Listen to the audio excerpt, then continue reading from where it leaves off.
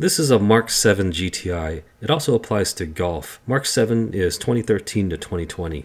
At the rear of the car, there are two places to access the backup lamp wire.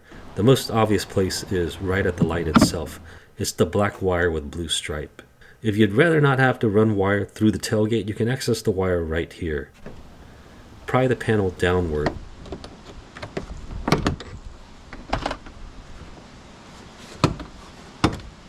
The two steel clips at the ends will probably stay stuck in the car, so you'll have to pluck them out and reinstall them on the trim.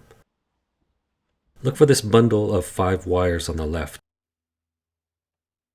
Unfortunately, all the wires here are the same color. According to the wiring diagram, these wires are supposed to be white, but these look kind of tan. One of these wires started out as the black-blue wire. You could remove the tailgate cover and follow the black-blue wire, but I might be able to help you avoid the extra work. Ignore the largest wire. You're left with 4 small wires. I used a toner to trace the wire.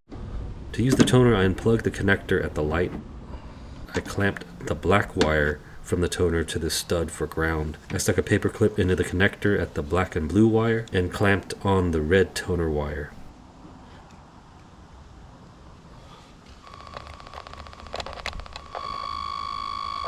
I discovered it's this wire. I don't know if your wires will be the same, but I noticed 2 of the wires had light colored marks on them. Ignore those 2. You're left with 2 plain wires. The backup light wire on this car is slightly larger than the other one. Hopefully yours is too. Anyway, I tested it with a wire piercing probe before I spliced it into it.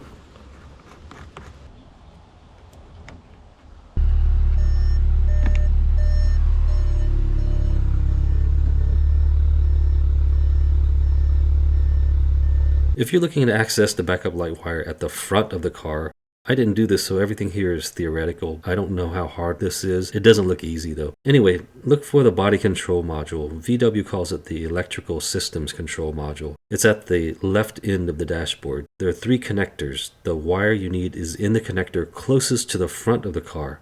Look for the black-blue wire at pin 64 of the connector. A tip on splicing wires. I'm totally against T-taps, splice taps, and vampire taps.